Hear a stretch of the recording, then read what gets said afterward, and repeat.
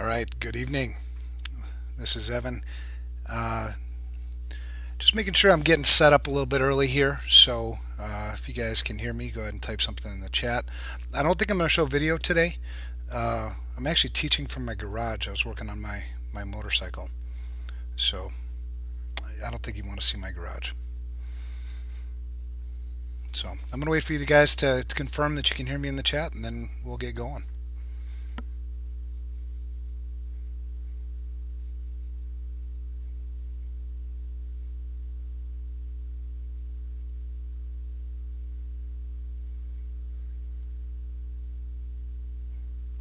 Hey, all right. So no technical difficulties for me. It's a good day, I guess. We got a good class tonight. This is class 8.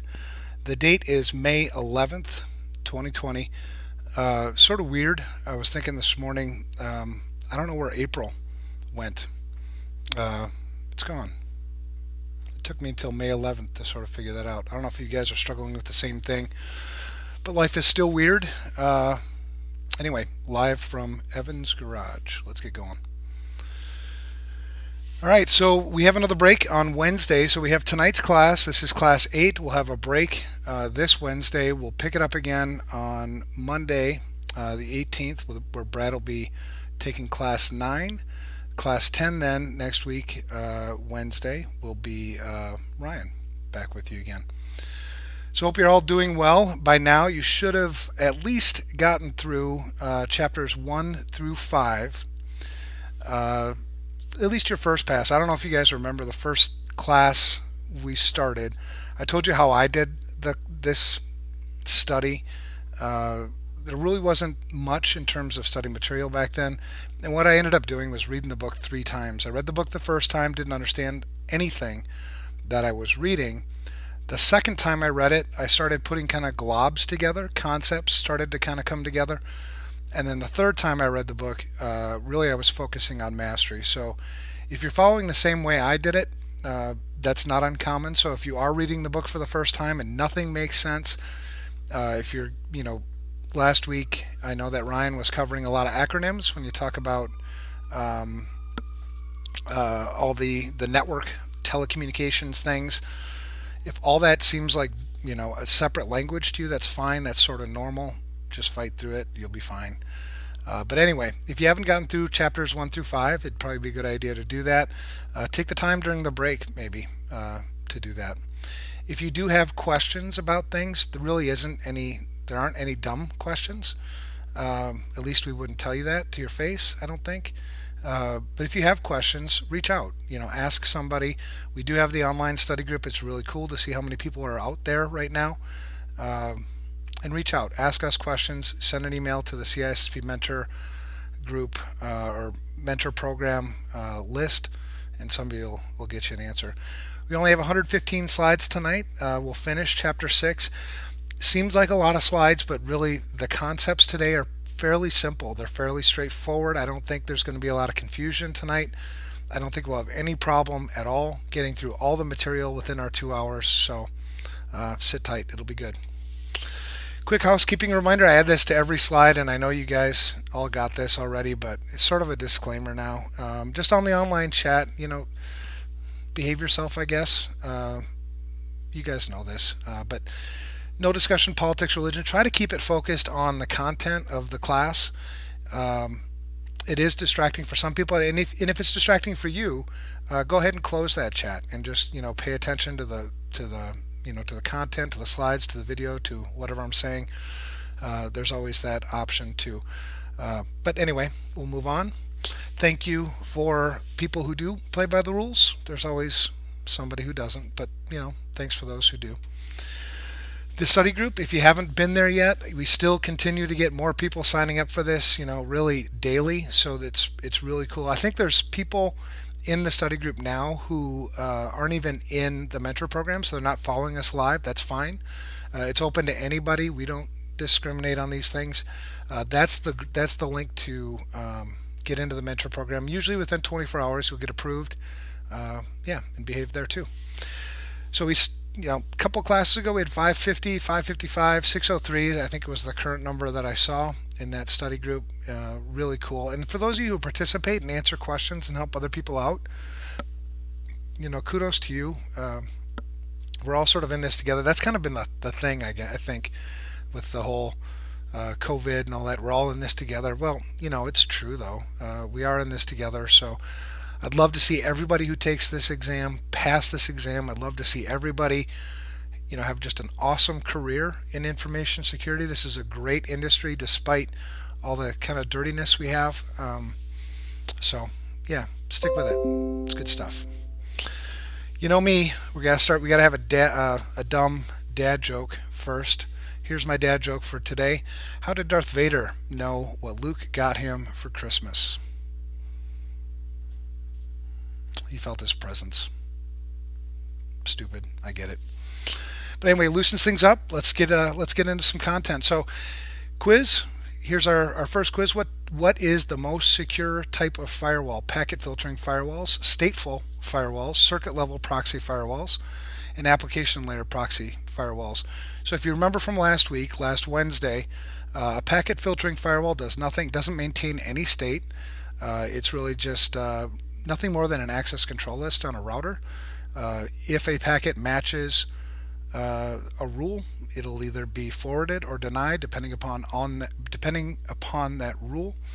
It's fairly easy to bypass packet filter firewalls without state because you can spoof a different part of the connection. So I may send a SYN-ACK packet back. If you remember how a TCP handshake works, SYN-ACK, and then an ACK back.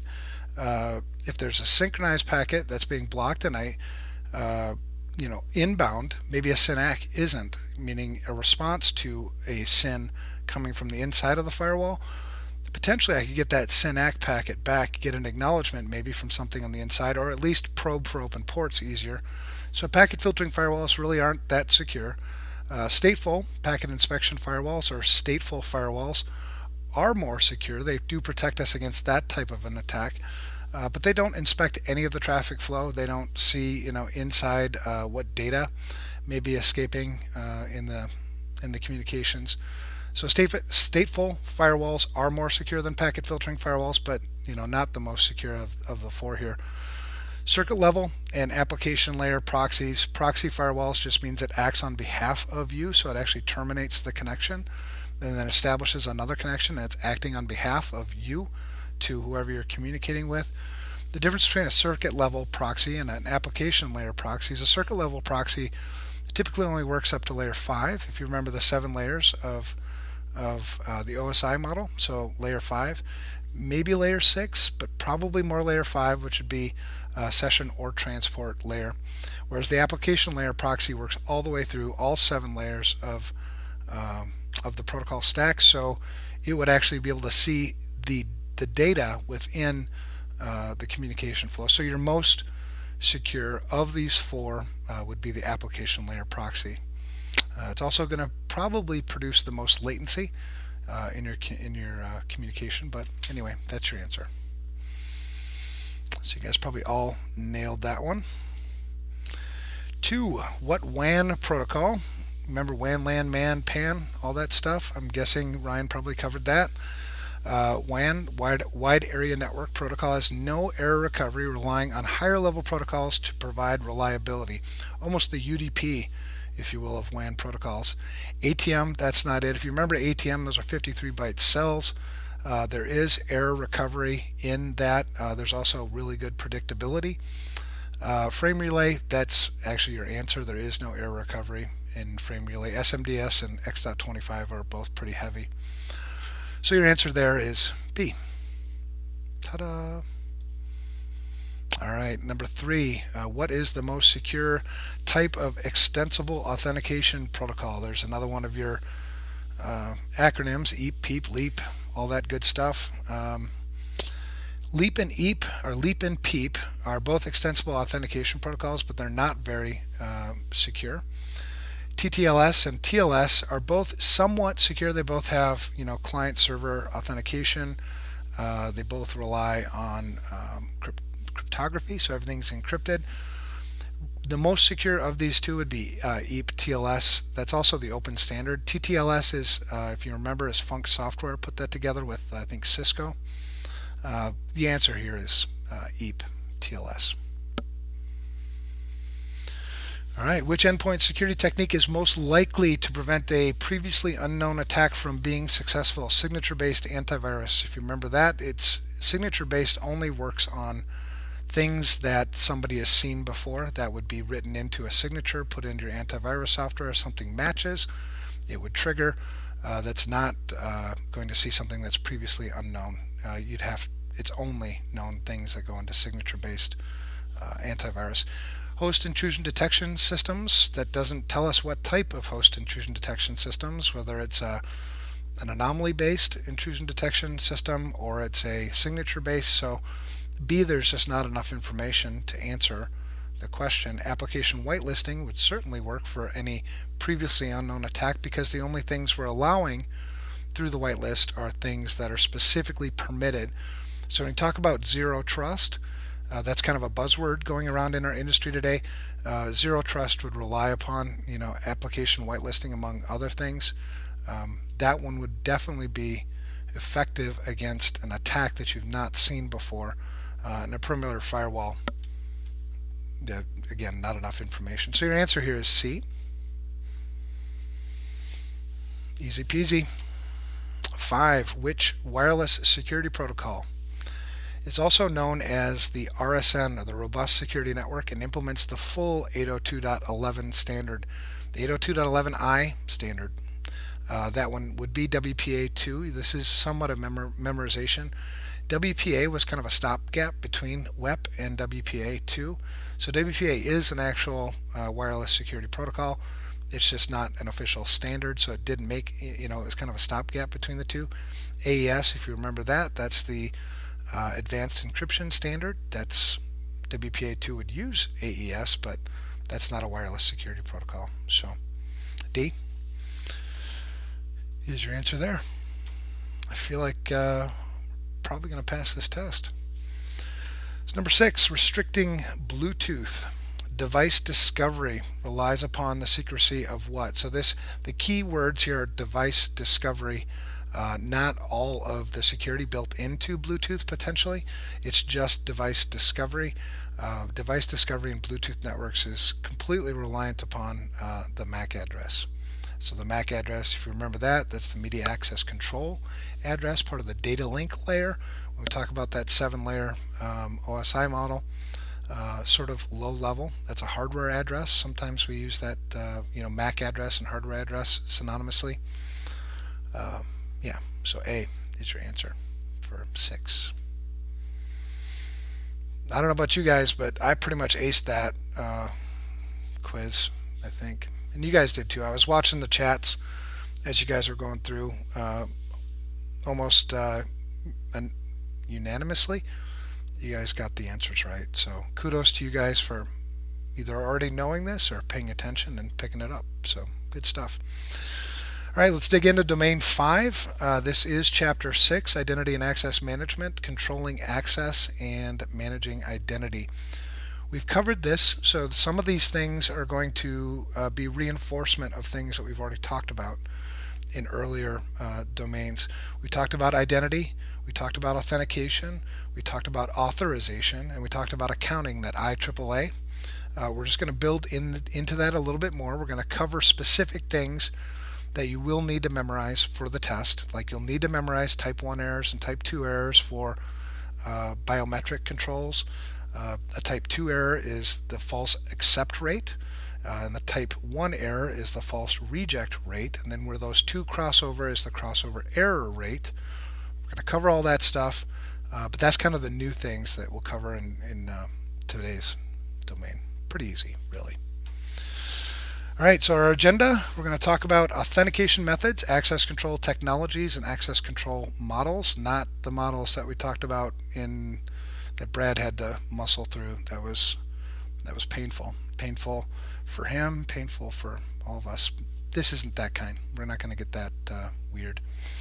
It's not really a challenging domain, which is kind of nice because it's nice to sort of ease into, certainly in a Monday when we just got nailed with a whole bunch of acronyms. So not really challenging, but definitely some things in here that we want to make sure we master and memorize. If you're following along in the book, we are on page 293, so that's where you can find us. Unique terms and definitions for this. So there's our crossover error rate. So a crossover error rate is where it's primarily, it's probably the number one metric that you would use to determine the accuracy or how effective overall a biometric is. It's where the false accept rate and the false reject rate cross over in that point. That's the crossover error rate. Discretionary access control. This is a type of access control. It's the one that I think we're most familiar with in our corporate networks. If I've got full control to something, I can delegate access to somebody else or control access to that. That's at my discretion, so that's discretionary access control. The false accept rate and false reject rate, those are two that you'll need to remember, and you'll need to remember them somewhat tied to what type of error they are. So the way I remember is the false accept rate, or FAR, it's farther, so it's type 2. Two, if you think distance, 2 is further than 1. That's just how I remember it. So false accept rate is a type 2 error, and a false reject rate is a type 1 error. Remember those in order. So yeah, important. Mandatory access control, that's one where there is no discretion. It's set up by the system administrator or whoever configured the system to begin with, and that's when we talk about clearances, and we talk about missing the word, clearances, and I can't remember the other word. Sorry, brain fart. Labels. Sorry, it's right in front of me. And then role-based access control. So role-based access control, now you mix a little bit of these things really in practice, so it's not uncommon for us to set up groups and things like that in maybe an Active Directory where we create group memberships and assign permissions based on those group memberships and then put people in those groups. But the operating system itself is still a discretionary access control. So even though we might call that role-based access control, it's not truly role-based access control. In a true role-based access control, it's still locked down to the system. So we'll get to all that stuff. All right, authentication methods. A subject first identifies themselves, and identification without any proof is just an identity. That's the first part of the process, is just identifying, declaring you are who you are to the system. The next thing that comes up would be the authentication, proving to the system or proving to somebody else that you are who you are. Three basic types of authentication. Sometimes we call them factors. So 3 factors of authentication. The type 1 is something you know. Type 2 is something you have, and type 3 is something you are. Examples of this, all the time, we're always using two-factor authentication, even if we're not using it on our computers regularly. Every time you go to an ATM, you're practicing two-factor authentication, because one factor is your PIN number, something you know. The other factor is something you have. You have to have your card with you. So that's just a classic example of people using two-factor authentication all the time without maybe even knowing that they are. The fourth type of authentication possibly could be some place you are. Those things are becoming, I think, more prevalent as a fourth factor, but officially we wouldn't call that a fourth factor, and it wouldn't be a fourth factor on the test. It's just too easy to spoof that authentication, but some people may claim that there's a fourth type. So type 1, something you know. This is where passwords, PIN numbers, things like that come into play. The easiest, weakest, most frustrating form of authentication, because it's this is where phishing comes into play. It's really easy to talk people out of something they know. Oftentimes people will pick something that's predictable for something they know. They may pick a pet's name, they may pick a where they went to high school, whatever. because it's easier for them to remember. So we're relying on our own minds to remember these things.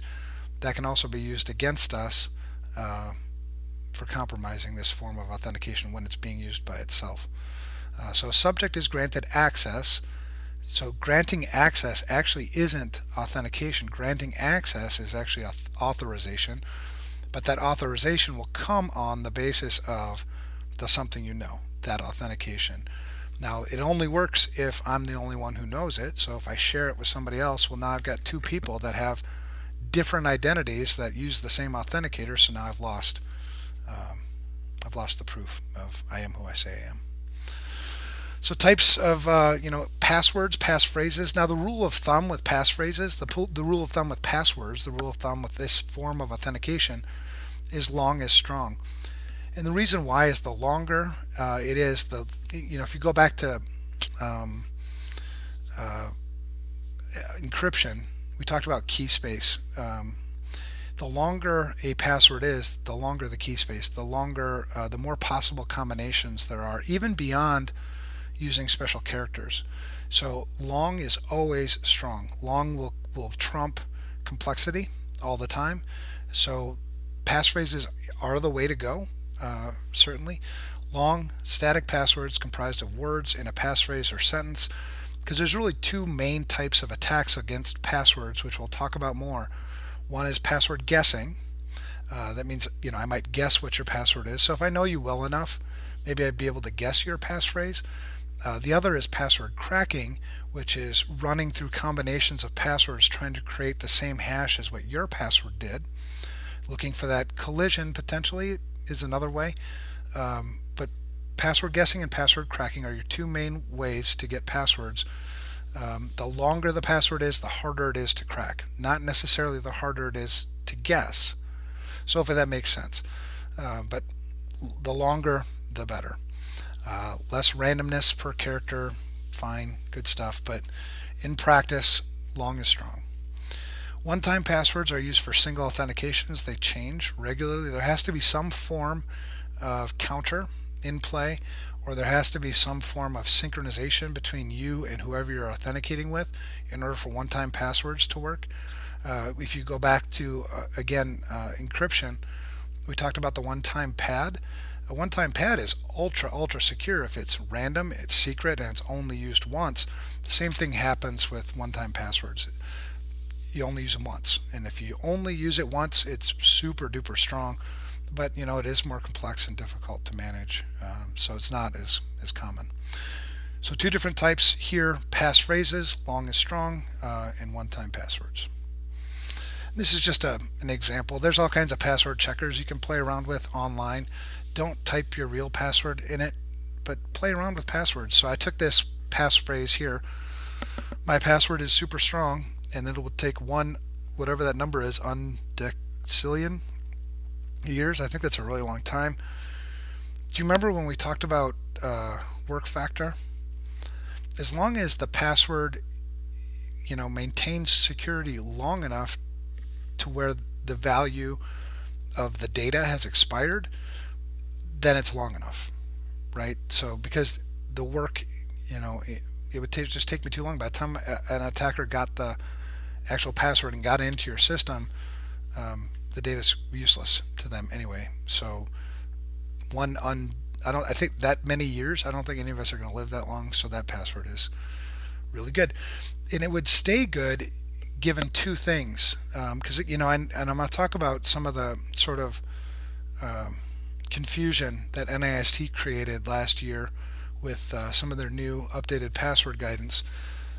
One of the things in their password guidance was that you don't have people change their passwords anymore, which kind of like threw everybody for a loop, because you still need to change passwords if that password's ever been compromised, meaning whoever I've shared that password with, even a company I do business with, I type something into a form and they store it in a database or something, I wouldn't have to change my password ever, as long as nobody ever got it right that way, or I never shared it with anybody, or I never wrote it down and somebody stole my piece of paper. So those things, you still need to change your passwords. That would still be my recommendation. And I'm kind of going off script a little bit for the book, but Just, I think good guidance. But anyway, long and strong, that's just an example. Here's another one with more complexity. So in the longest, in this passphrase, I only had an exclamation point, was the only complexity involved. Here I've got a 0, I've got a whatever those things are called between the R and the S, and I got an exclamation point, and I got another number, a 2 at the end. So that one's definitely more complex, not as long. That one would take 2 billion years, but you're probably not going to live that long either. But anyway, just examples. And here's the guidance that NIST created or issued last year, or maybe it was 2000, towards the end of 2018. If you want to read it, this is NIST SP 800-63.B. It's a good document, and I think their logic holds true. But it did cause a lot of confusion in our industry because we've been doing so many things a certain way and drilling it into people's habits to do things this way, and then you come out with this guidance and it kind of blows some of it away. This is not testable, so don't worry about memorizing it, but it is certainly practical. So when you're practicing your own security management things, this is a good document for you to read. But here's a brief summary of some of the things that are in those guidelines, which I think went counter to things we were used to. 8-character minimum when a human sets a password. Okay, long and strong. So I prefer 12, 14, 20-character passwords, but that's probably not going to fly in a lot of environments. 6-character minimum when set by a system or service. Support at least 64 characters in maximum length. So I don't know if you've tried to create passwords before at some online places, and they limit your ability to do long passwords. This is a recommendation to make it support at least 64 characters, all ASCII characters. So that means complexity would be supported. Truncation of the secret shall not be performed when processed. So don't change the password prior to hashing the password for storage.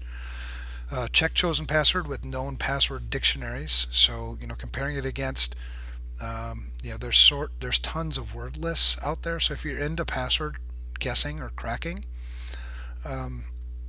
there's word lists all over the place. So if you just Google password word lists, you can find some and feed those into your password cracking tool. This is essentially saying most of those are dictionary words in various languages, so don't permit those. Allow at least 10 password attempts before lockout. That's probably significant. We do password lockouts because if we're doing online, meaning we can't get the password database to do offline password cracking, we're going to have to do it live online. If there's a 15-minute or an indefinite lockout after 10 attempts, well, then you're not going to be very successful in cracking those passwords. So that's what that's about. No complexity requirements, no password expiration period, no password hints, no knowledge-based authentication. Some of these are good things, but I think the one that threw a lot of people for the loop was no password expiration period. That essentially forces you to create new passwords on a regular basis. That's probably the one that I disagree with the most, because people give up passwords. People write passwords down. They're just not good at password management in general. And places where you do business, oftentimes they're not very good with your password management either. So it's just too many variables in place for that. So anyway, not on the test. I think just kind of security guy rambling to you, kind of guidance-y things. All right, so back to testable stuff. Type 1 authentication, something passwords, dynamic passwords, strong authentication. Dynamic passwords, so one-time passwords, are sort of synonymous with dynamic passwords, but I suppose they could be different if you take them at their root meaning. Dynamic passwords change at regular intervals. RSA was kind of the leader for the longest time in creating synchronous tokens. So synchronous means it has to, whenever you hear synchronous, think of time. So there's some sort of timing mechanism that keeps your token. It's just a hardware token. They come in all kinds of shapes and sizes.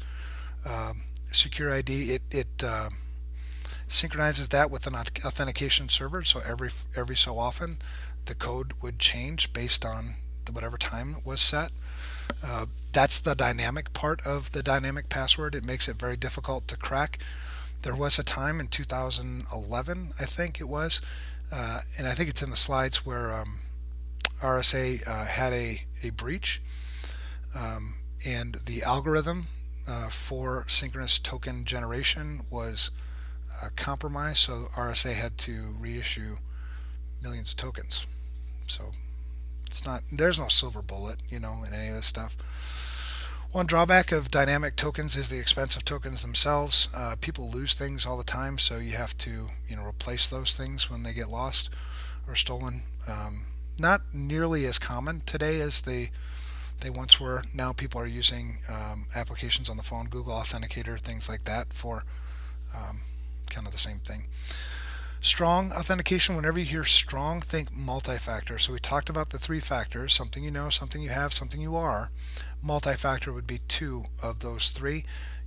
You could potentially do all three, but that's sort of overkill, I think. I've never really seen it practically used. But more than one authentication factor is called strong authentication. So even though you might have a super long passphrase as your password, that's not considered strong authentication. The only way to get strong authentication is to use multi-factor. So those are, again, somewhat synonymous. All right, so things about passwords and the way they're sort of managed and stored. Never, ever, ever store clear text passwords anywhere, ideally. Don't store them. Certainly, if you are, creating a web application or some sort of an application where you're storing user passwords, never ever store those things in a database in clear text. Store those things as hashed outputs. That way, if that database gets compromised and somebody steals your password database, they steal the hashes versus the clear text passwords. Now, it doesn't mean that those passwords can't be compromised, because if people chose weak passwords that are easily guessed or cracked, they'll calculate the hashes by running, the same passwords, or looking for collisions and still potentially get a heap of passwords. But don't store them in clear text. Don't store them in a Word document on your computer. There's password managers now, and there's a bunch of really good ones out there that you can go get that won't store your passwords in clear text. So passwords are stored. We store hashes instead of passwords. Now, if you remember hashing, it's just that one-way encryption algorithm where you take variable length input and you create a fixed length hash value. It's only one way. You can't calculate it back the other way. So if somebody stole those hashes, they, shouldn't be able to get your passwords, at least not easily. When a user attempts to log in, the password they type then is hashed. It's hashed, usually hashed early on in the process on the front end. And then that hash is compared against the hash that's stored in the system. If the hashes match, you're authenticated. The only way that would sort of fail is if there was a collision. If you remember what collisions are, that's when two variable length inputs hash to the same value. That's called a collision. That's why we don't use MD5 anymore. So store password hashes. Now the way password cracking works is I'm trying to find either a collision where two variable length inputs will hash to the same value, because if they hash to the same value and your authenticator is comparing hashes, well, then I'll still authenticate. That's one way. The other way is to just do tons and tons of inputs until I find a hash that matches, and then I've got your password. So two ways. That's called password cracking. So password hashes for modern Unix Linux systems are stored in etc shadow. There's supposed to be a space between in and the first slash, so there's not an in etc shadow directory. It's just etc shadow. Typically only read by root. Windows systems store hashes locally and on the domain controller in a file called the Security Account Management file, or SAM file. Hashes can be sniffed. You can get hash values potentially sniffing a network. Now, that's not nearly as common as it used to be, because with Kerberos authentication and things, it's harder to do that.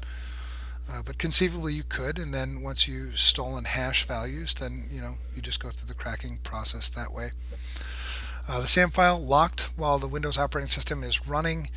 There are many tools that can still grab that file, and there's one FG dump, which I don't use anymore, but it was back when I was doing it. But you can dump hashes from memory and then calculate it that way. There's a good article there if you're into these things for ways to dump lsass.exe and get some, if you're into those things. Not that link isn't testable. The stuff on the rest of the slide is. Now, Keen Enable, Keen Enable goes back. I'm dating myself, but Keen Enable, I remember when Keen Enable first came out. It's no longer supported. It hasn't been supported for 10 years or so. But you can still get it. You can still download it. If you're going to get it and download it, all your antivirus software will think it's a virus, so it won't let you execute. So you'd have to make an exception, but don't do it on a work computer. But it's a fun tool to play with. It was one of my favorites because it was kind of a Swiss Army knife thing. It still works. It still works. See the wireless tab there? You can use that for ARP poisoning attacks. So last week you talked about ARP, the address resolution protocol, which basically takes your logical address, so if you remember an IP address, and translates that to a MAC address. That's an ARP broadcast that does that. You can poison, ARP and trick whoever's issuing the ARP broadcast that you're the actual IP address owner with your MAC address, and route stuff through you. That's an ARP poisoning attack. Keen still does it. So if you downloaded Keen and went to, well, don't do this, but went to a coffee shop, you could probably do it. And then you can just replay the stuff that people are doing. It just essentially goes both places. But it was one of my favorite tools. But it has a hash calculator, so you can play with password hashes. There's bunches of hash calculators. So if you want to see how different values hash to different things, just to kind of play around and monkey around, you can do that online too. Dictionary attacks. So one type of attack which we talked about is password cracking, and we're going to talk about it a little bit more. The most, I guess, the easiest or quickest way to compromise passwords is using a dictionary attack, which would use a word list. So you'd have to feed either whatever password cracking tool you're using. You would either have to have word lists built in, or you'd have to go get some word lists and populate that. And then it just essentially goes through the word list and hashes all those values. Now, rainbow tables is a little bit different. The hash value is already done. But anyway, dictionary attacks just compares those hash values with common dictionary words, and if there's a match, it's done. So it's as quick as just reading a file. It's not having to calculate a whole key space. So they're much, much faster, but they're going to be a lot less effective because if people haven't used dictionary words, which they shouldn't, dictionary attacks won't work. So normally when you're going through this process, you'll do a dictionary attack first because it is so quick, and get some passwords potentially, and then go on to a dictionary attack. So it's usually the first step in password cracking. Attackers will tune their dictionary to their target. So if there's something, and this is why it's really, really important, to think of how attackers usually attack.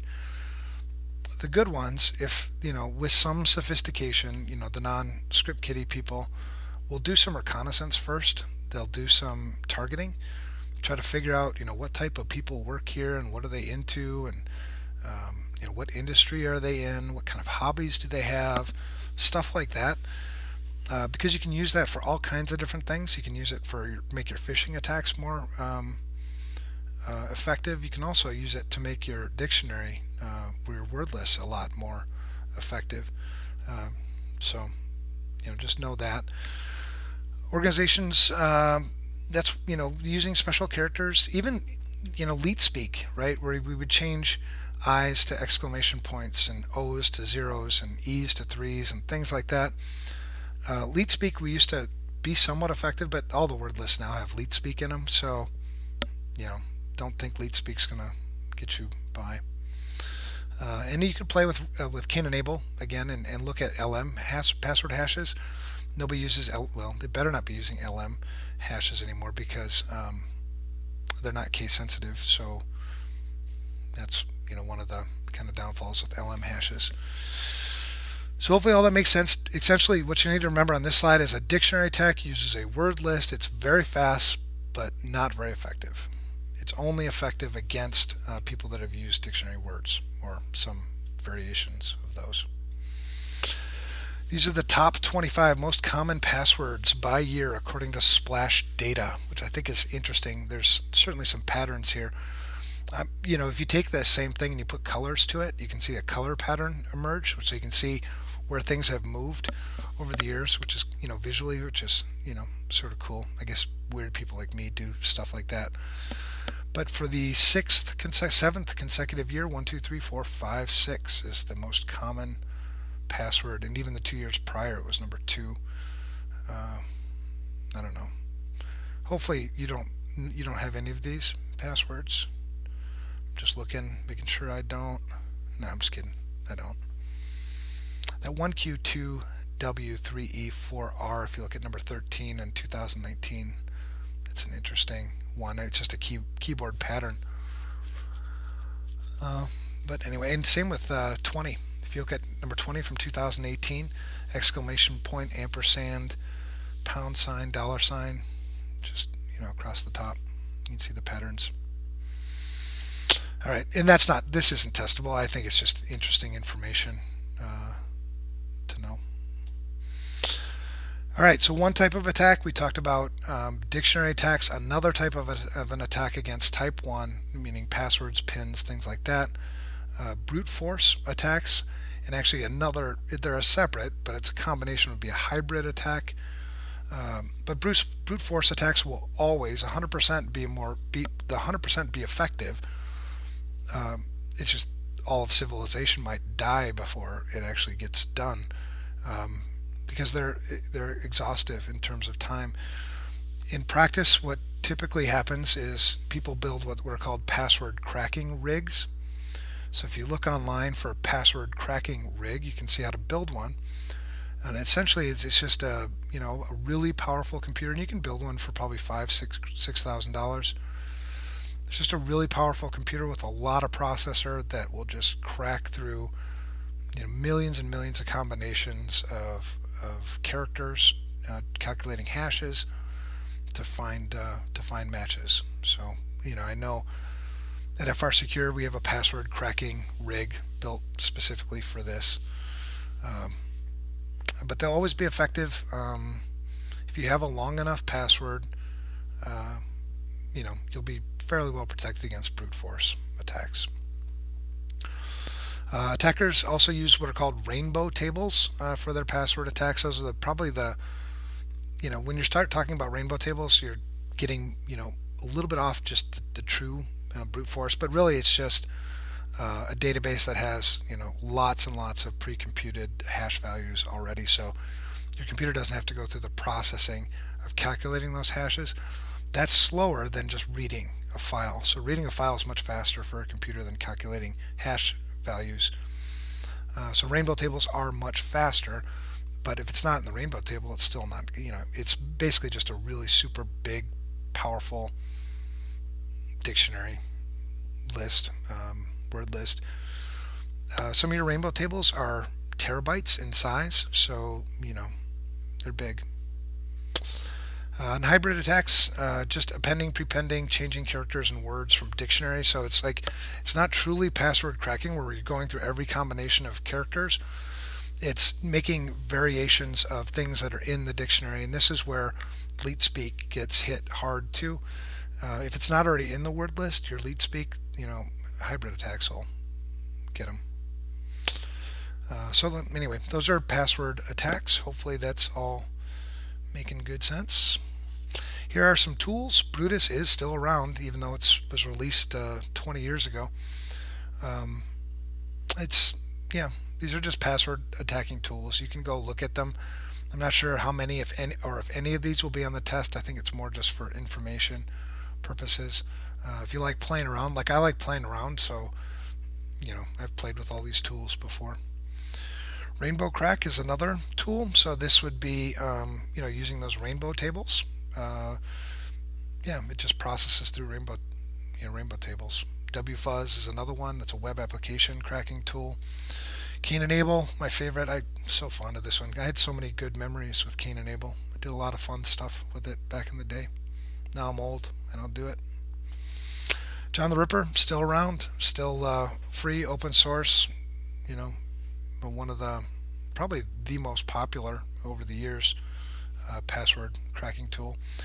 THC Hydra, this is also still being used, still people using it, our attackers use it. Yeah, good network logon password cracking tool. Medusa, not as popular, but it still around. Offcrack, so the free version of it's a spin-off of Loftcrack, free rainbow table based password cracking tool, runs on Windows, and then Loftcrack is kind of the granddaddy, I think, of all password cracking tools. Loftcrack was built by the Loft crew. I'm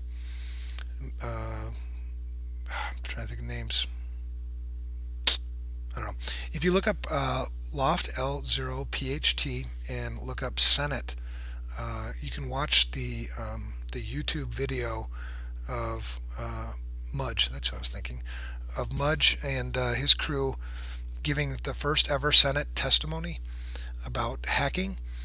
I watch it every year on the anniversary of their testimony, and it's funny how, and I do it because it's a reminder of how things really haven't changed that much. We're still preaching the same things today that we were preaching back then.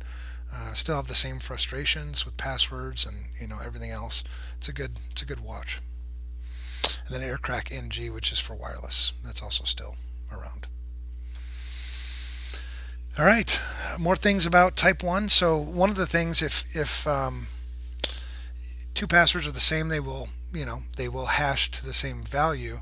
So one way to combat that is to use salt. So salt is just a pseudo-random input at the beginning, blended with the plain text to hash to a different value. So two passwords would then hash to different values. This does make rainbow tables. So if you think of just a table of hash values, computing back to a specific clear text in rainbow tables, if I'm inputting salt pseudo-random characters at the beginning of this process, it makes my rainbow tables not work anymore. So it's one way to combat rainbow tables. It still won't protect you really all that much from people that just choose poor passwords, but it'll be a little bit better. But we would use that's the reason for salt. Really popular in Linux and Unix systems.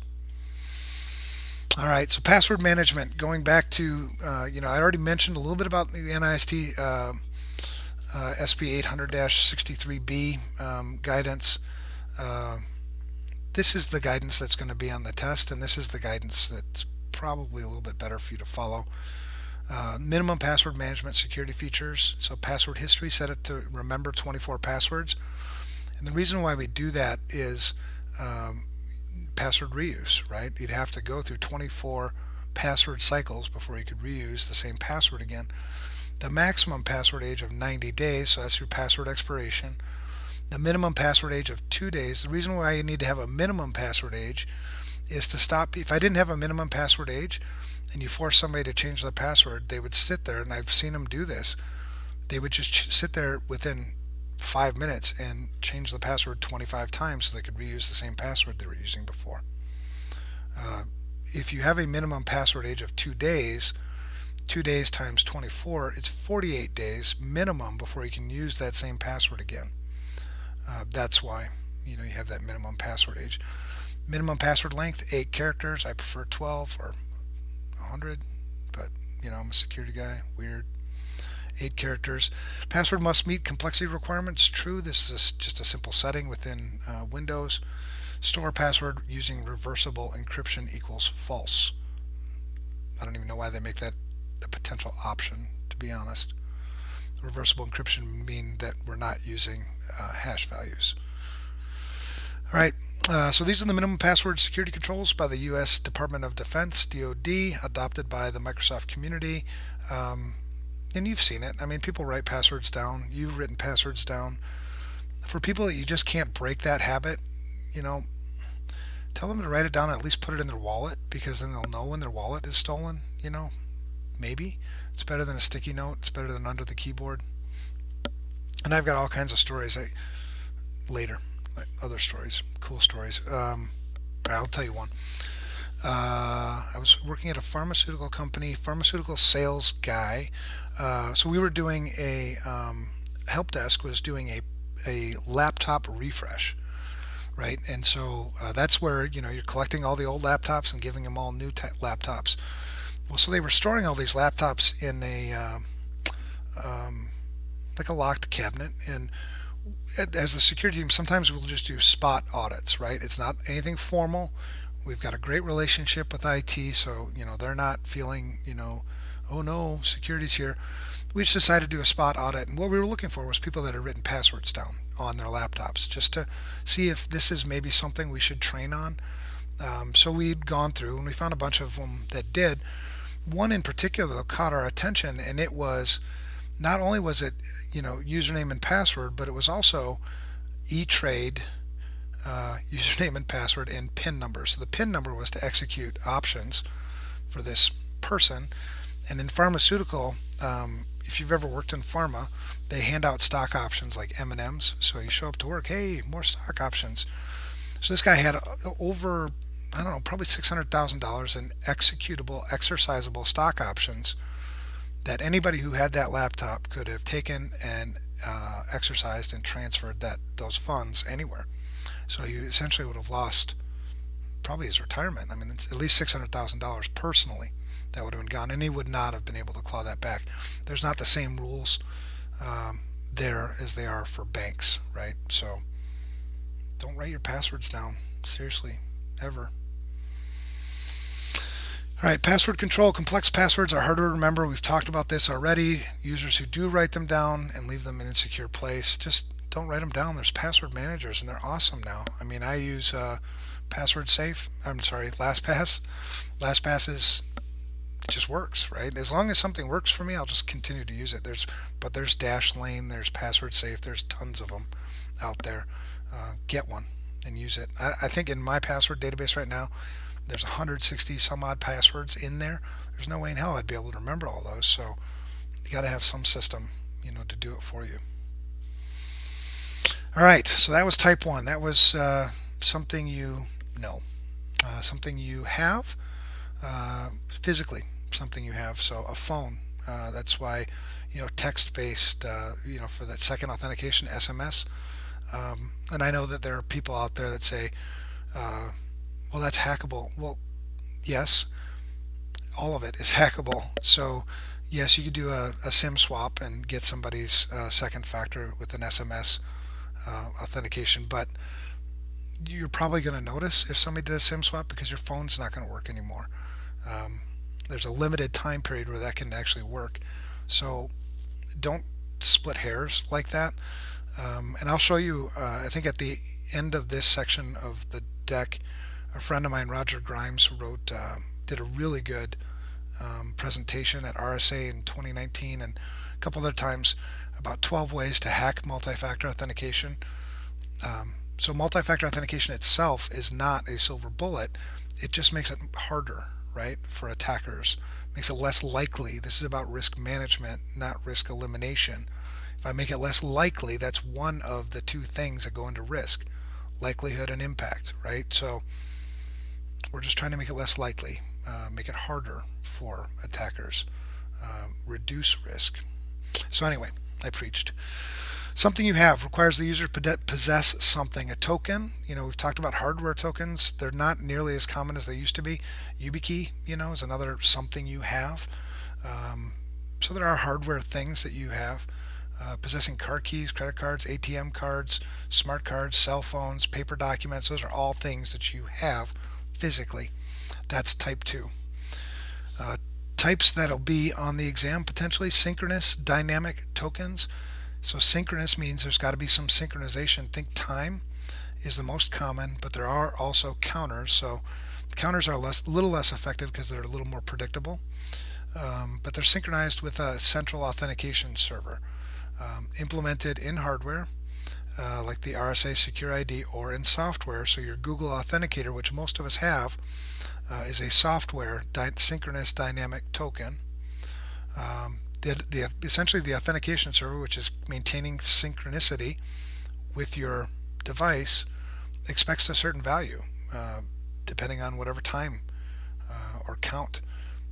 And as long as those things match, as long as those things maintain their synchronicity, it should all work. And there's just, if you haven't seen Google Authenticator, that's what it looks like. Asynchronous dynamic tokens, they're not synchronized with the central server. This is more of a challenge response. So I think you might have talked about CHAP last week. We're going to talk about CHAP again just briefly.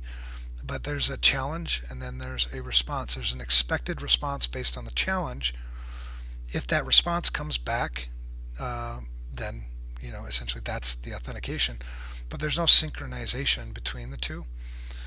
So the system produces a challenge, you input the challenge into the token device, it runs through the algorithm, gives you an output, you type that output in, that's the same output that the authentication server is expecting based on the challenge it gave you, and then you'd authenticate. But that's an asynchronous dynamic token. And these are all combined with another factor would all be examples of strong authentication or multi-factor. And there's just an example of an asynchronous token authentication.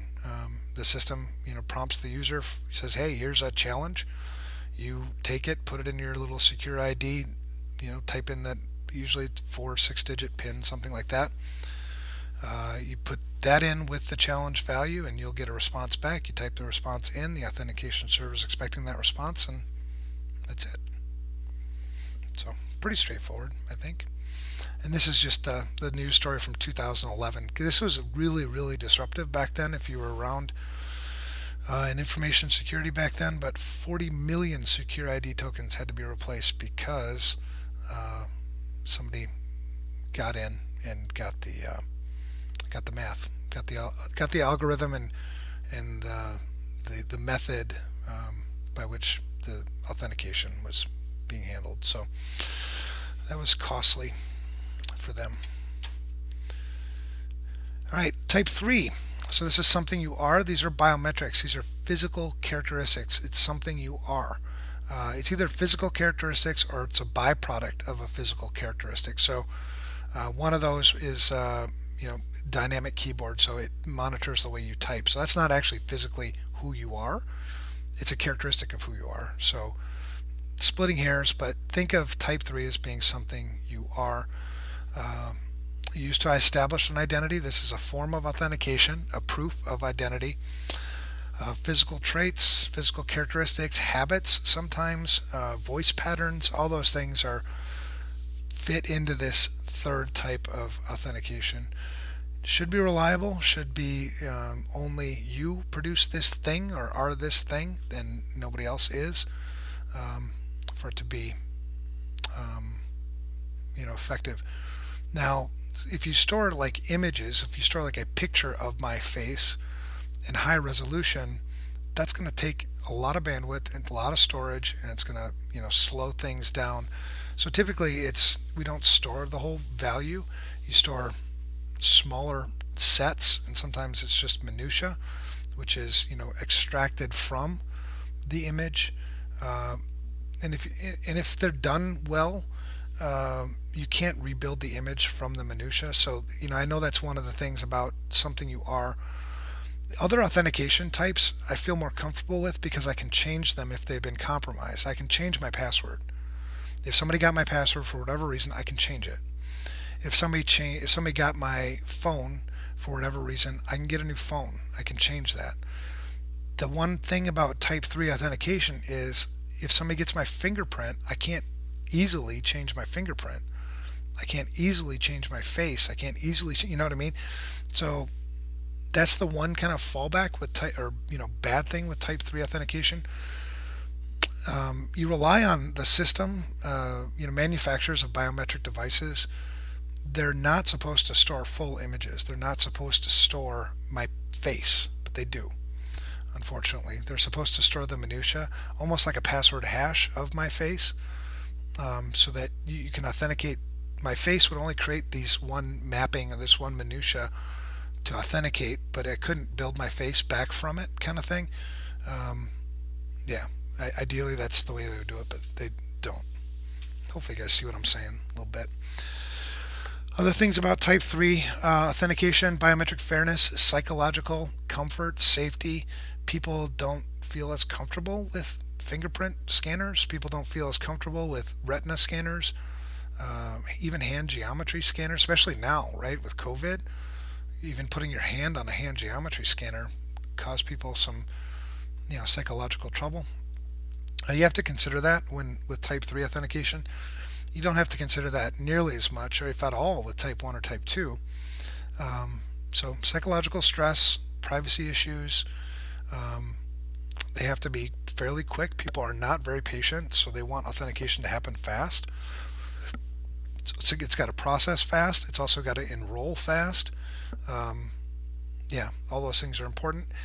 Potential exchange of bodily fluid. That's why retina scans, we don't use retina scans really anywhere, because you actually have to physically put your eye against an eye cup. So think of all the diseases you can spread through, eye juice.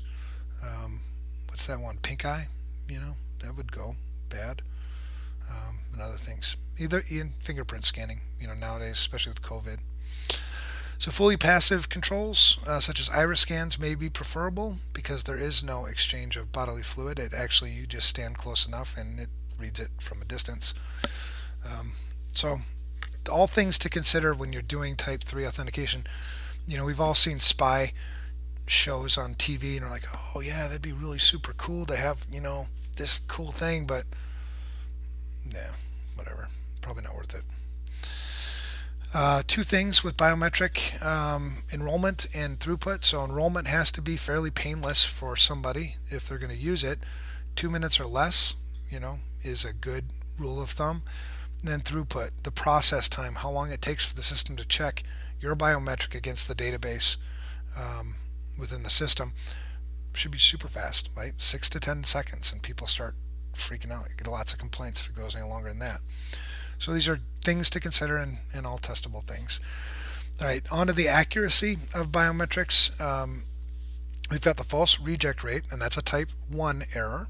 The false accept rate, which is a Type 2 error, and then the crossover error rate. So remember those in order, right? False reject rate, Type 1, false accept rate, Type 2, very testable.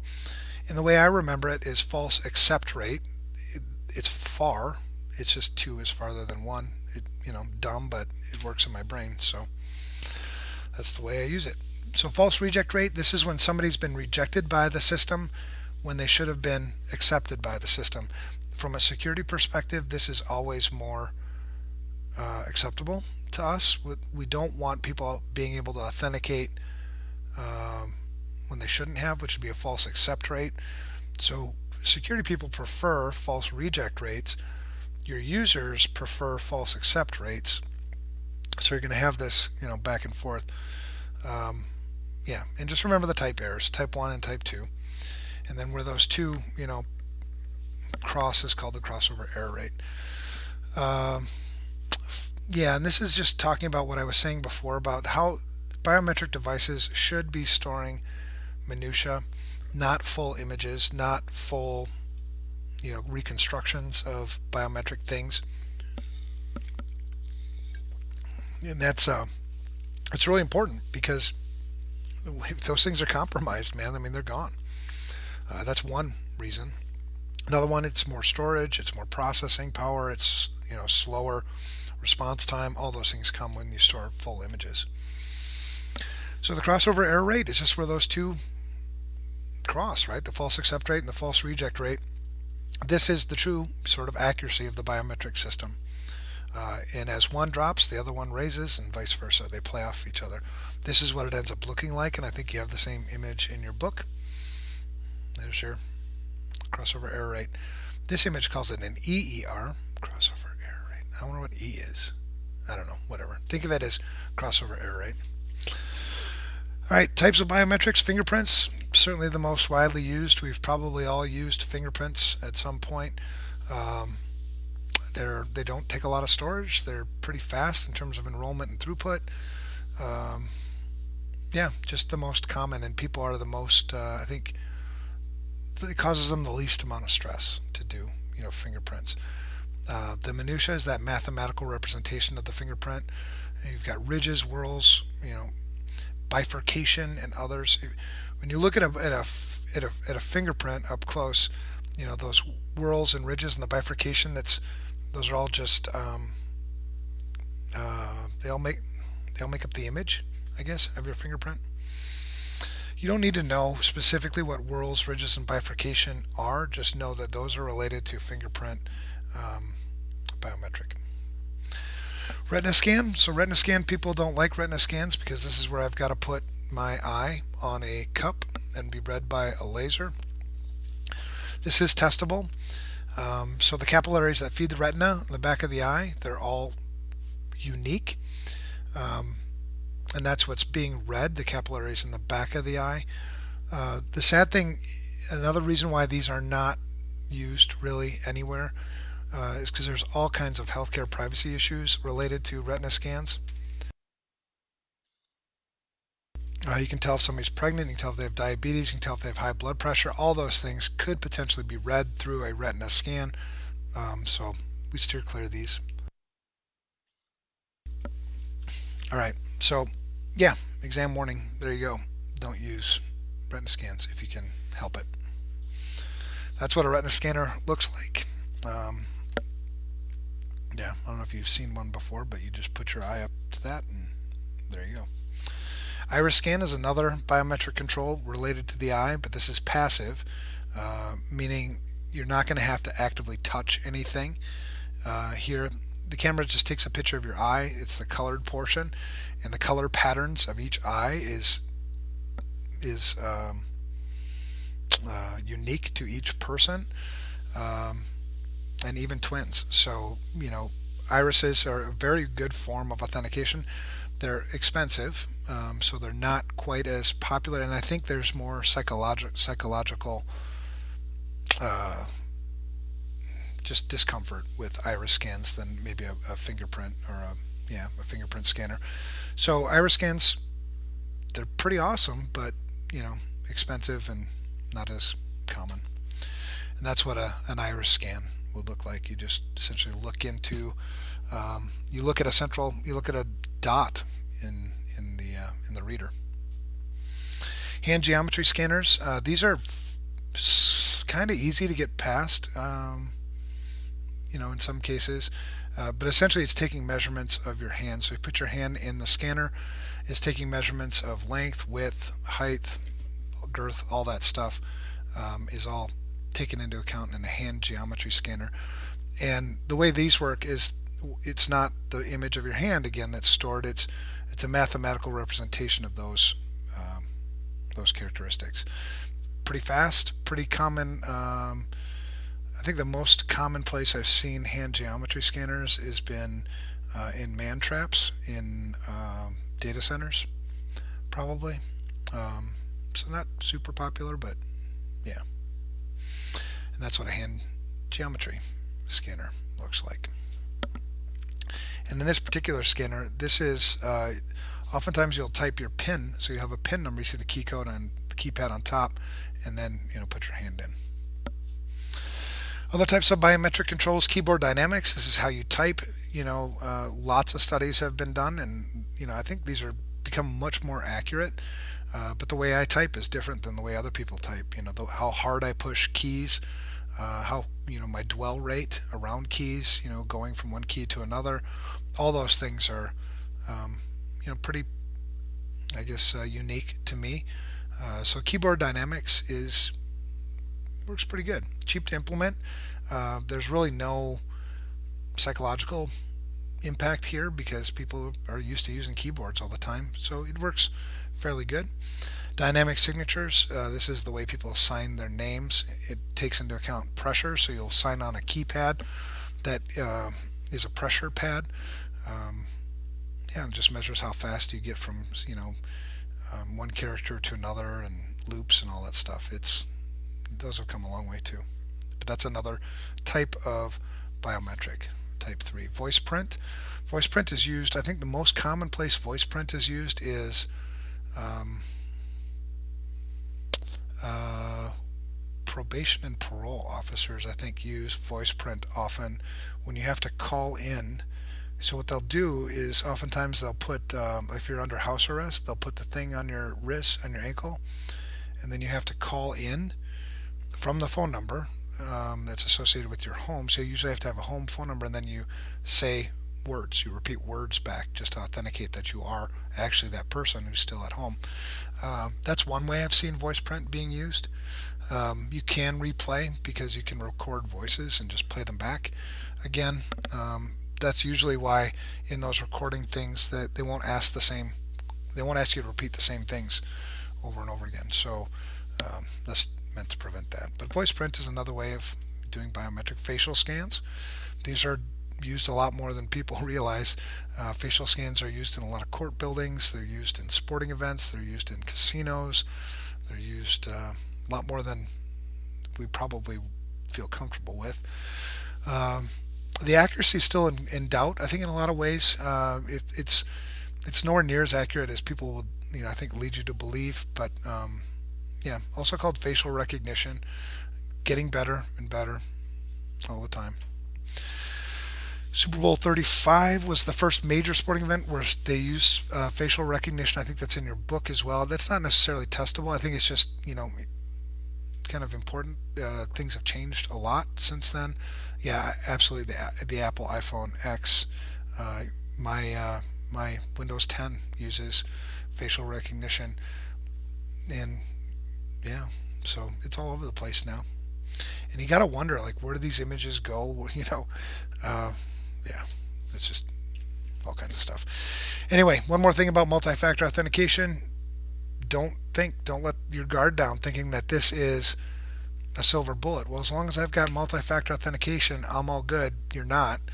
The rule of thumb for us with multi-factor authentication is any authenticator that's exposed, not in a really controlled environment, has to be secured with multi-factor authentication. So any external authentication with a website, Outlook Web Access, a VPN, all of those things, if you're not securing those with multi-factor authentication, you're just asking for it, because those are all targets. Attackers are scanning the internet all the time looking for 3389, an RDP server that's just hanging out there with a username and password. So just, yeah, use multi-factor. And there's the article I was talking about with Roger Grimes, a friend of mine, who 12 ways to defeat multi-factor authentication. It's good reference. I mean, if you're in security or you want to be in security and you have something to say about the type of authentication you use at work, it's good. It's a good presentation. It's kind of an eye opener, and some of the things. Some of the things are like, yeah, duh, but there are some other things in here that are pretty good. Something to keep an eye on. All right, so now we're transitioning. We're into access control technologies, and I have 48 minutes left, so I think I'm doing pretty good. Looks like technical issues are holding pat. It's because you're not looking at the face. I think it's my face that broke the feed last time, maybe. Facial recognition. All right, so this is, we'll go pretty fast through this. We've talked about this stuff before, I think, a lot of it. So centralized access control, it's just an access control mechanism that's centralized, right, under one central authority, typically one logical point on a network or an organization. So, yeah, it's just centralized access control. You can use, it's easier to do single sign-on with centralized access control and then have everything integrate with it. But, yeah. Essentially provide the three A's. So the three A's: authentication, authorization, and accountability, and really the I as well. But yeah, simple, man. I mean, simple is the friend of information security. The more complex you make things, it's funny how over the years, we started here. We started with centralized access control where we had mainframe computers and everything was centralized. And then in the 80s and 90s and into the 2000s, we blew everything out and went into this big file print, decentralized sort of access control where people were popping up domain controllers everywhere. And now it seems like we're now starting to collapse things back down again. But true centralized access control is just one central authority that maintains and controls all the access. Decentralized access control is just the opposite, right? We blow it out. We may do this if in larger organizations where we've got branch offices and there's maybe high turnover, things like that, where maintaining identities in a central location just becomes too cumbersome, too time consuming. So you may then just delegate access control to different entities within your organization. That's called distributed access control. Gives you more flexibility, more convenience, but it's definitely harder to secure. The U.S. military, as a point of must, you have to, because things are so fluid on the battlefield, so they would use a decentralized access control. But even then, it's limited decentralized access control. It's not like they can access the Pentagon or anything from the battlefield. It's usually the other way around. It's more battlefield logistics kind of things, I guess. So don't get confused on the CISSP, because now we have a DAC, right? Another DAC. We had the other one, which was discretionary access control. Here we have decentralized access control. If it's DAC on the exam, it's going to be discretionary access control. They will spell out decentralized access control. So just so you know, if you get stuck on that. Single sign-on just means single sign-on. I can access, anything, everything with a single authentication. So multiple systems use a central authentication server. You may have a central authentication server and then other authentication servers that have to synchronize with it in order to get, true single sign-on. But allows you to authenticate once and then access everything you need to, ideally. In true single sign-on, you'd only have to sign on once. This can get sort of confusing if you haven't started out here. If you haven't started out with single sign-on in mind, it's hard to, it's a lot of scripting and other things that have to go into play in larger environments that weren't built for single sign-on. But the concept is what it is. IBM wrote this thing in 2003, and I think it's in the book, and it's still referenced. It's just good guidance. The things you get from single sign-on, certainly improved user productivity. If I only have to log in once and I have to remember one authentication, it makes me more productive. Right? I'm not spending less time changing passwords and logging into different things. Improved developer productivity because you're now developing towards, and because development, applications have to authenticate as well, right? So you would expect, better productivity. Simplified administration, disabling accounts, provisioning accounts from a central location one time, and then distributing that out would certainly be simpler.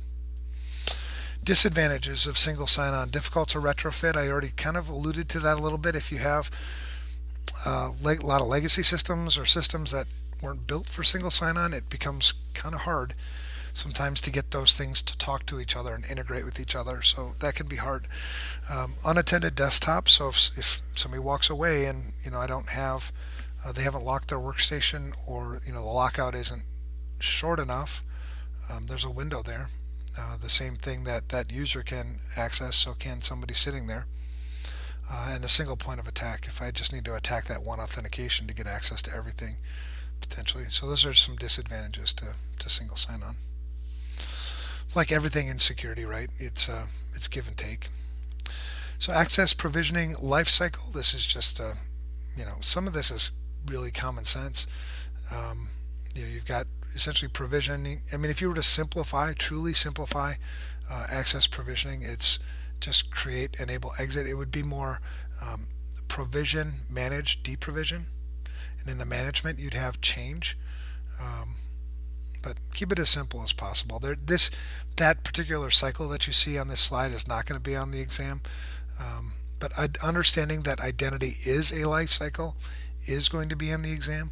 So you have to understand, provisioning, formalizing provisioning of user accounts, formalizing the provisioning of identities, formalizing the provisioning of authenticators, and then provisioning what they have access to. So the authorization all has to be, formalized, because it's amazing how many times attackers can take advantage of an account that was provisioned but never used. Because it's not uncommon for HR to, file the proper paperwork, accounts get set up, default usernames and passwords, or default passwords are often used when they shouldn't be, and then the person never shows up for work. And the paperwork never gets filed to deprovision that account, so that account sits there indefinitely until somebody does a user account audit potentially and finds it. But that's why we formalize these things. It's really, really common. And then maintaining those accounts, people change, they move throughout the organization. As they change, so should their authorization to specific things and their need to know. So processing changes becomes really, really important. On the side of simplicity, just kind of, I guess, maybe pro tip, oftentimes changes are the best way to handle a change is to deprovision the account and reprovision the account, as opposed to just trying to track what changes you made to it. So all those things are part of an identity lifecycle. Hopefully that all made sense. All right, IBM describes the following identity lifecycle rules. This, you don't need to memorize this. I think this is more just for FYI, but yeah, I think I like it and kind of don't like it either. But anyway, we'll move on.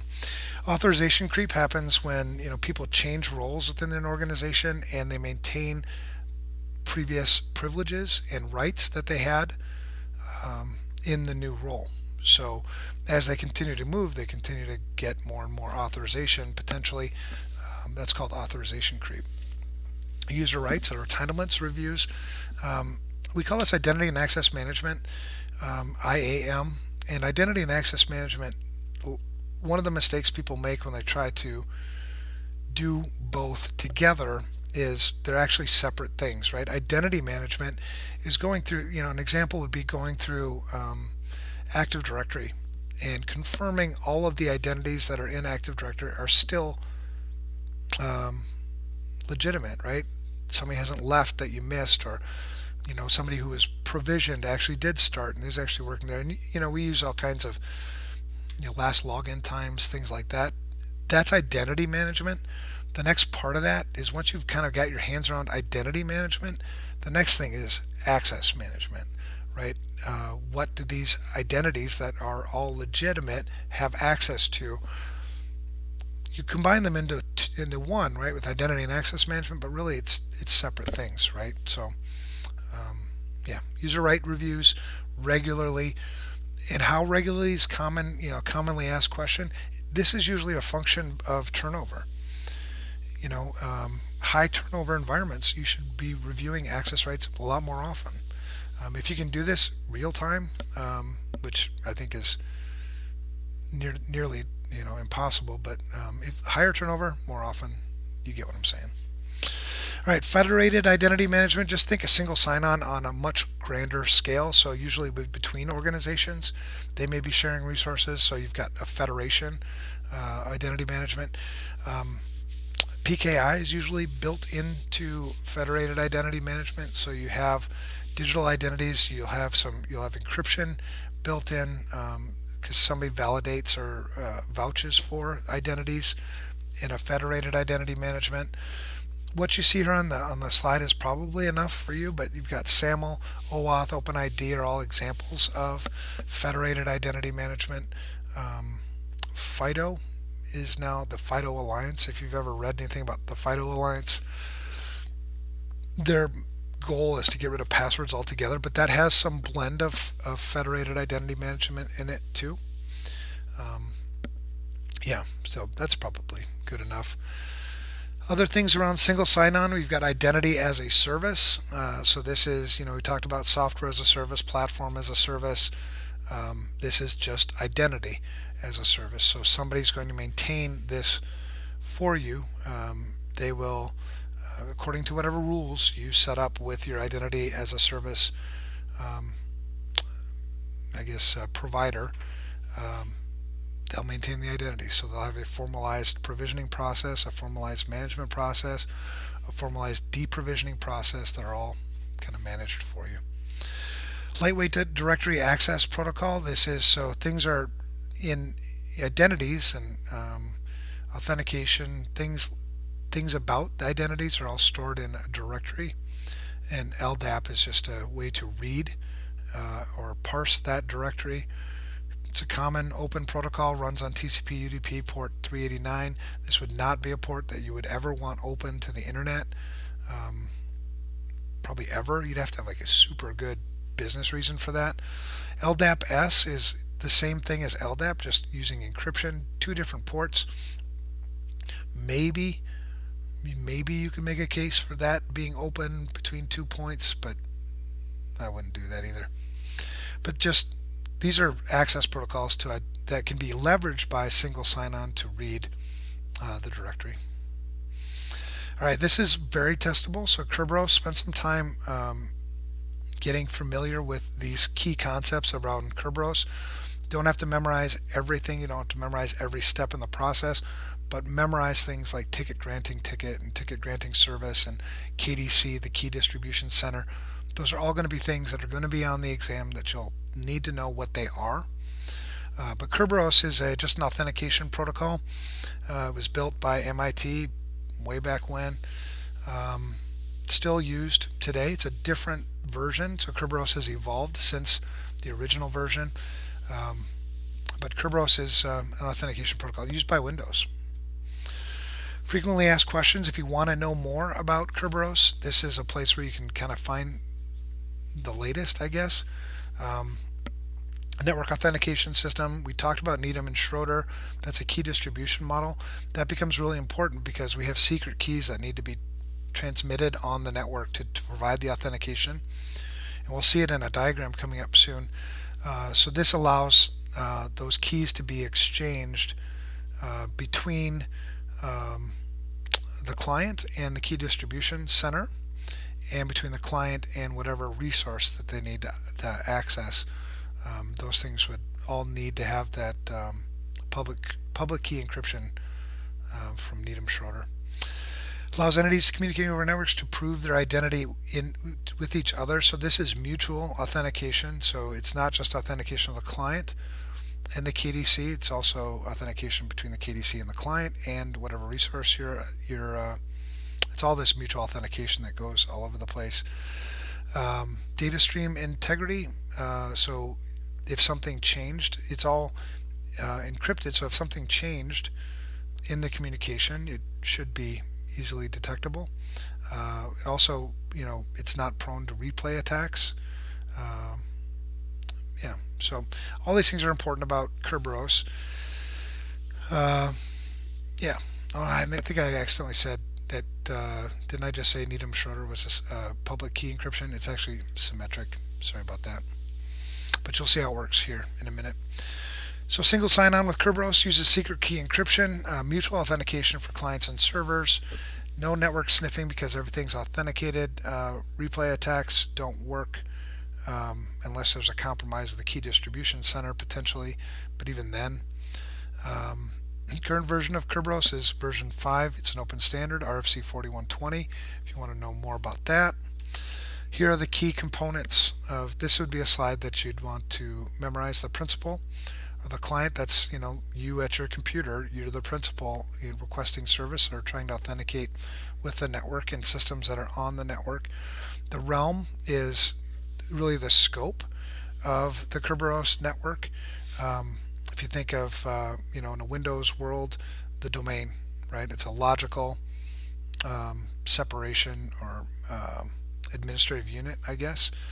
That's a realm. A ticket is essentially what gets you identity, and then you'll be taking a ticket granting ticket to systems on the network to get access. But a ticket is just it's authenticated you.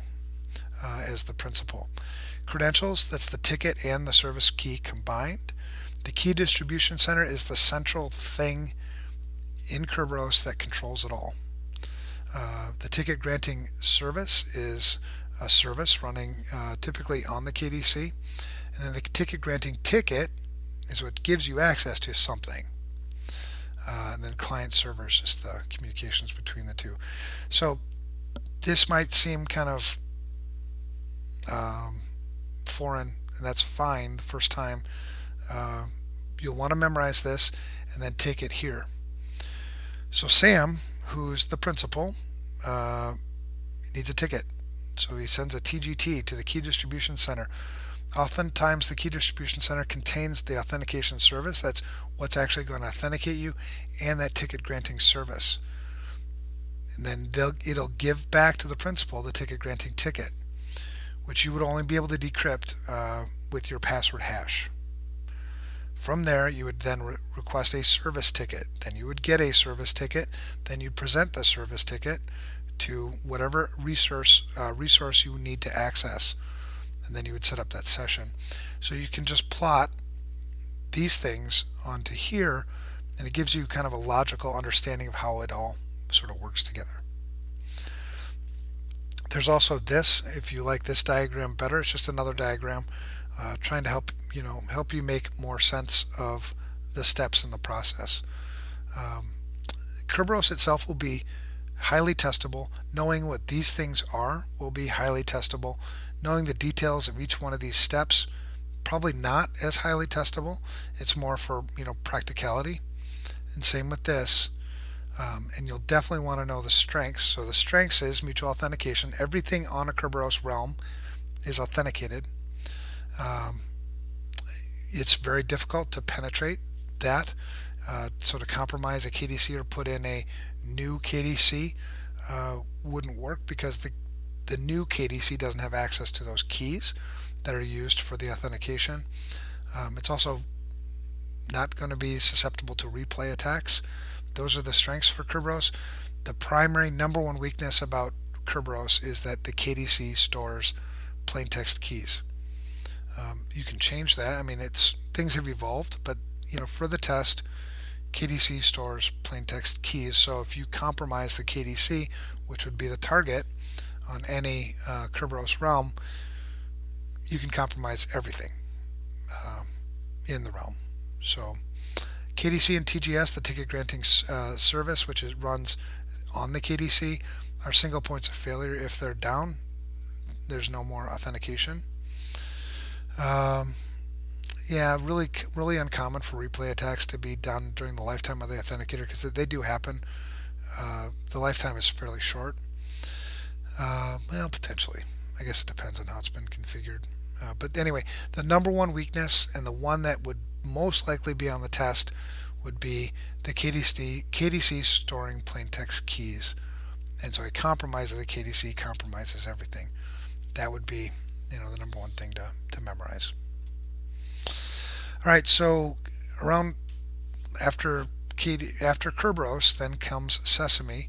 Sesame came from the other side of the pond, and it works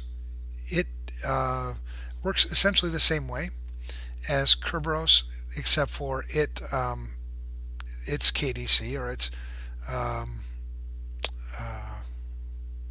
guess replacement for KDC, doesn't store the symmetric keys in plain text. So a compromise of Sesame is much more difficult.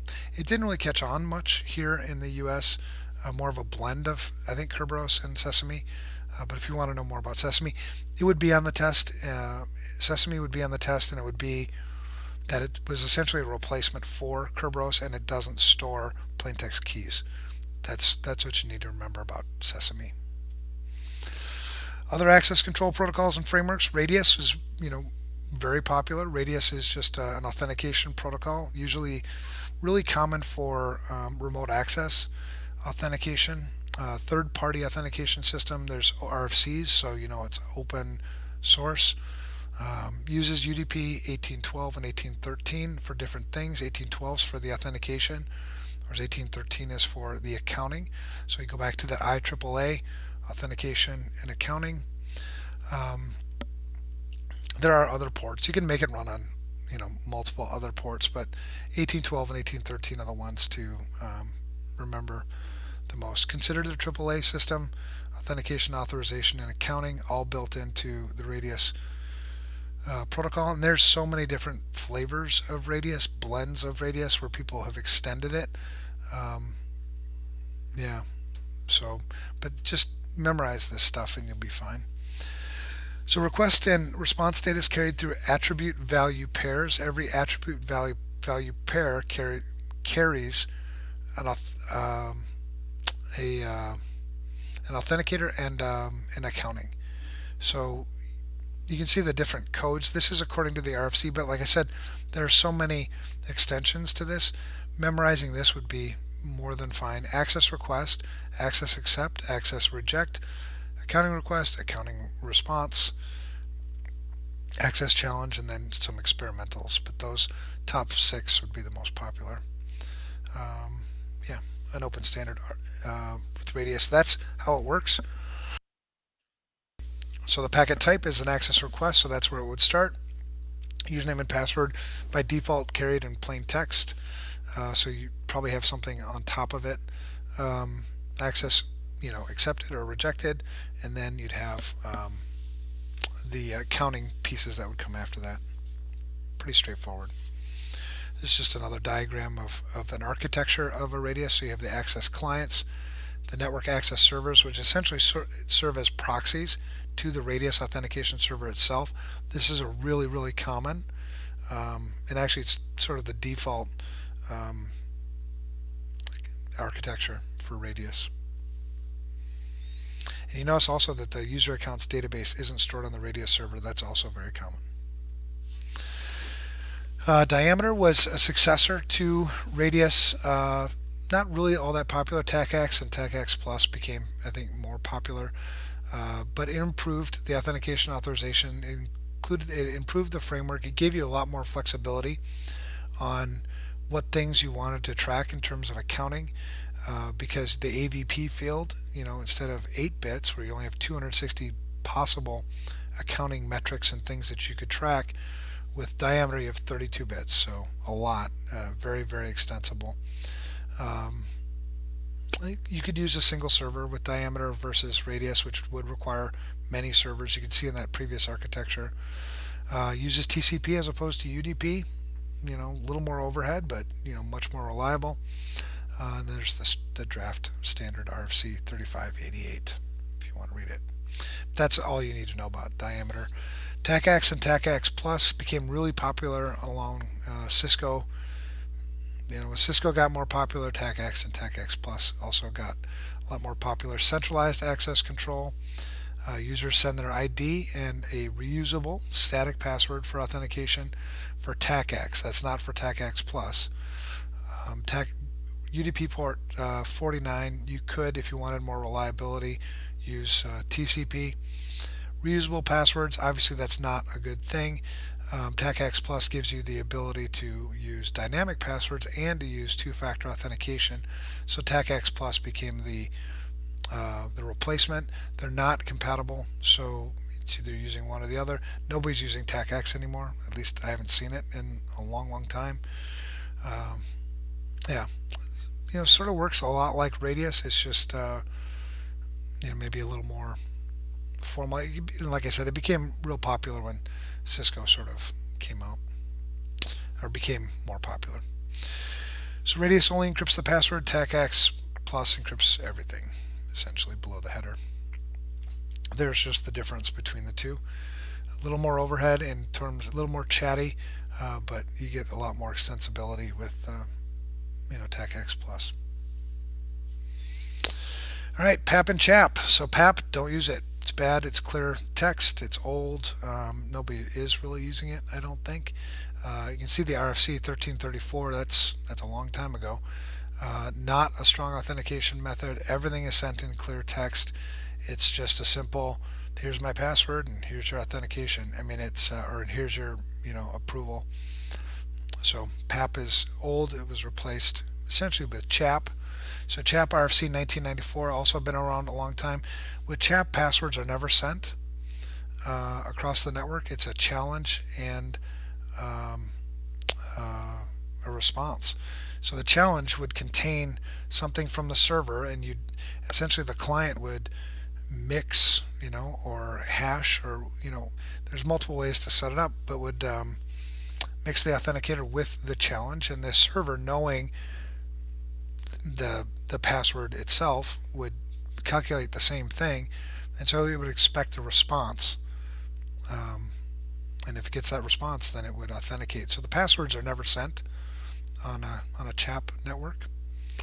Um, yeah. So if you were to sniff a CHAP network, what you would get is you would get the challenge, you'd get the response, but you'd never get the piece that made the response out of the challenge. If that makes sense. That's what CHAP looks like. So here's a challenge. The response is essentially both the server and the client know what needs to be combined with challenges to create the response. So the server can send whatever challenge it wants, calculate the response it's expecting. You create the response, and that's how you'd authenticate. So pretty simple. Access control frameworks and protocols, Active Directory domains. It's been so long since I've been an Active Directory, since I've been an administrator. But Active Directory, it's a centralized domain scope, I guess, centralized authority for controlling access to all the objects within the domain. They do use trust relationships, so there's different types of trusts. There's one-way trust, two-way trust, transitive trust, non-transitive trust. Those will all be on the domain, and those things have all been the same since the very beginning. Kerberos is built into the Microsoft Windows operating systems and has been for a very long time. Each domain has a separate authentication process and space, a different administrative unit, if you will. And then there are trusts between domains to create some federation between domains and cross authentication. So if one organization or one domain, it's crazy. You can have just one domain it can extend huge. I've seen some organizations over 11, 12 domains, so those trusts become really important. I don't know why they architected it that way, but trusts are important if you want to access objects, resources in one domain from another. These are some of the different types of trusts. So one-way trust is just my domain trusts your domain, so your stuff in your domain can access things in my domain. It's just a one-way trust. The two-way trust is it's back and forth. Transitive trusts are if I'm domain A and you're domain B, and domain B trusts domain C, me trusting domain A doesn't mean I trust domain C. So it's not transitive. It doesn't transit from one domain onto another, the trust relationships. Those are non-transitive domains. Transitive domains is trusting trusted domains, essentially. So those are examable. Those will be on the test probably, but pretty simple to understand. All right, access control models, and then we'll wrap it up. We only have a few more slides to go. So far, so good. The primary model is discretionary access control, mandatory access control, and non-discretionary access control. Not getting into the funky stuff we did last time. Don't think of one model as being any better than another. They're just different applications for different places. Military, places where I really need to have that tight control, but convenience isn't as big of an issue. I'm not in business to make money. Maybe a mandatory access control model works better in that environment, whereas in business where things change often, where convenience is an issue, where things aren't as tightly controlled, chain of command isn't as well understood, discretionary access control makes more sense. So we'll drill through these real quick. Discretionary access control is, that's what most of us are all used to. That's what's in Windows. If you have full control to something, you can give access to somebody else, right? It's at your discretion. Um, so subjects have the flexibility, they have the trust, they have the delegation to control access to their own data. Now, the place where we usually fall short here is people don't know the roles and responsibilities for having that type of power to their systems. This is where we try to implement things like um, data ownership, um, data custodianship. When we talk about those things, they should be pretty well defined, but oftentimes they're not. So subjects end up giving access to things potentially that they maybe shouldn't. So if a subject does make a mistake and does give access to somebody, everyone full control or something crazy like that, um, you'll lose.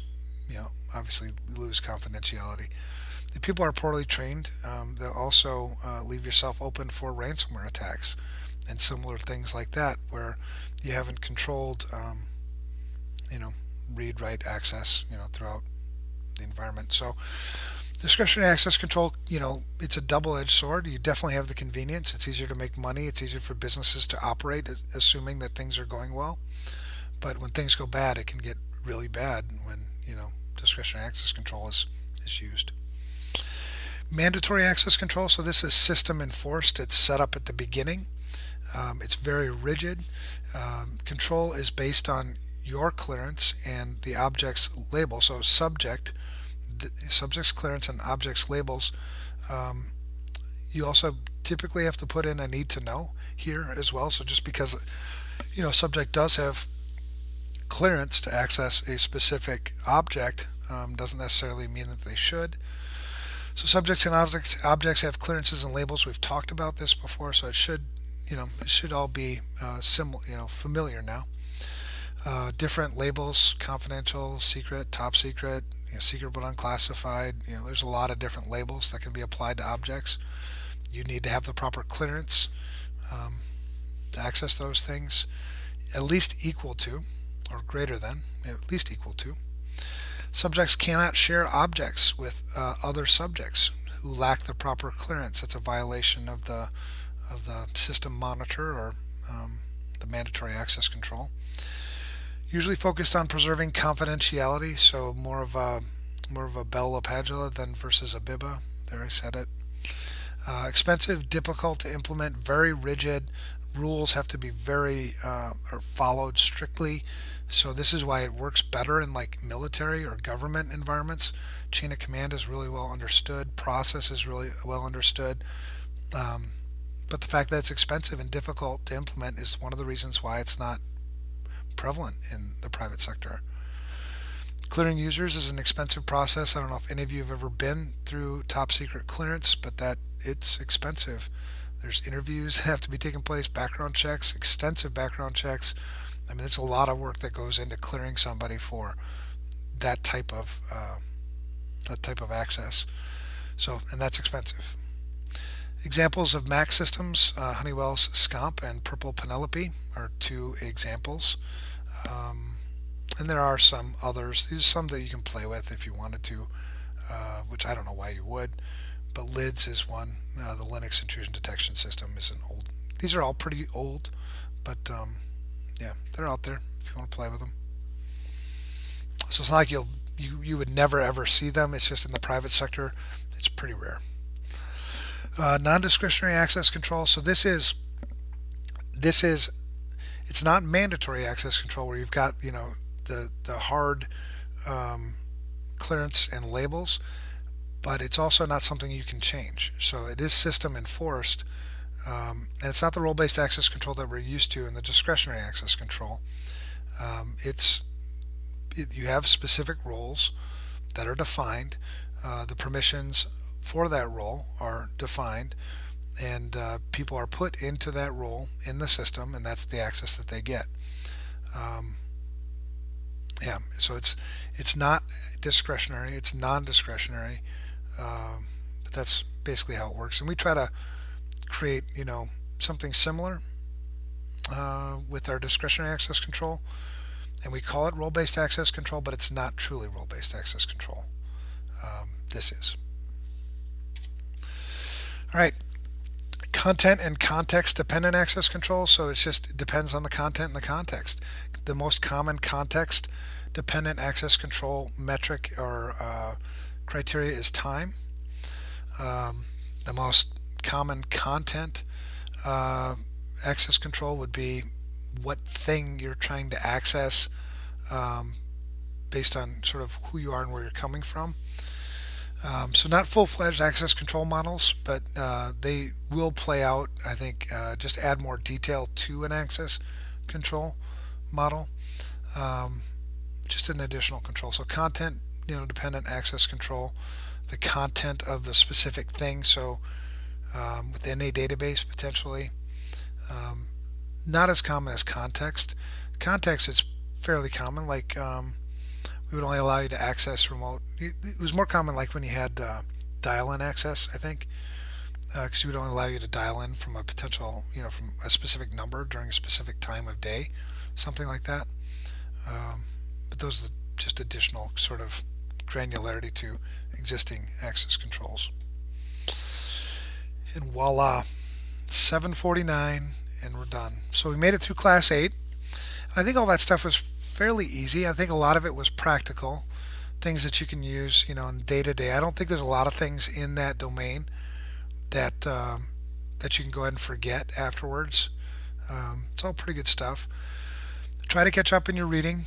Get some more chatter going in the study group. It's really cool to see that. I don't have the opportunity to participate in there as much as I'd like to, but the stuff I do see, it's really cool to see people working together. We left off on page 324 of the book. I would suggest that you get up to that, at least in the book, to kind of maintain pace. And again, don't worry if you don't get it. You'll have time to go back again and maybe again. Monday, Brad's going to start with Chapter 7, Security Assessment and Testing, which, see, that domain is fun. That chapter is fun. And so was the one that Ryan got to do, the telecommunications. That was a fun one too. But the next domain is a little more fun, a little more practical, even more than this one. Come with questions. It's cool to see the chat going and see people asking questions there too. If nobody else has anything else, I'm going to go ahead and wrap it up. I'll leave it up here for a little bit so you can continue to ask questions. I'm just going to mute myself. Yeah. So thanks, guys. Have a great rest of the week.